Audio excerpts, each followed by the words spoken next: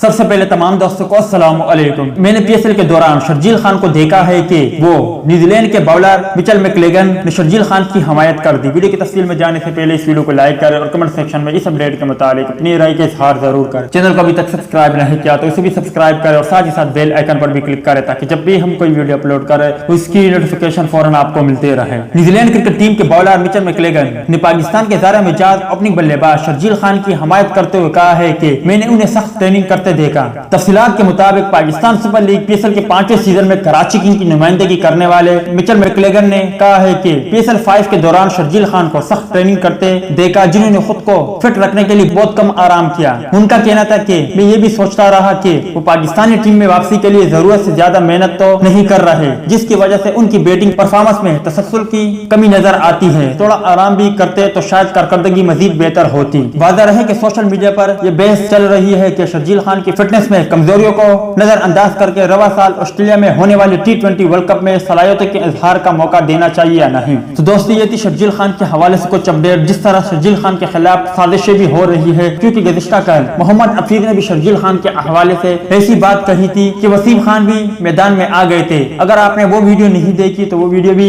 آپ کو and screen میں مل جائے گی، آپ وہ بھی دیکھ لیں اور کمنٹ سیکشن میں شرجیل خان کے حوالے سے ہمیں اپنی قیمتی رائے سے آگاہ ضرور کریں۔ کیا شرجیل خان کو ICC T20 ورلڈ کپ کے لیے قومی اسکواڈ میں شامل کرنا چاہیے یا نہیں؟ اس حوالے سے کمنٹ سیکشن آپ کے کمنٹس کا منتظر رہے گا، اور ساتھ ہی ساتھ محمد حفیظ نے جو شرجیل خان کے بارے میں کہا اس حوالے سے بھی اپنی رائے کا اظہار ہمیں کمنٹ سیکشن میں ضرور کریں۔ ملتے ہیں کسی نیکسٹ ویڈیو میں، تب تک کے لیے اجازت دیجیے، اللہ حافظ۔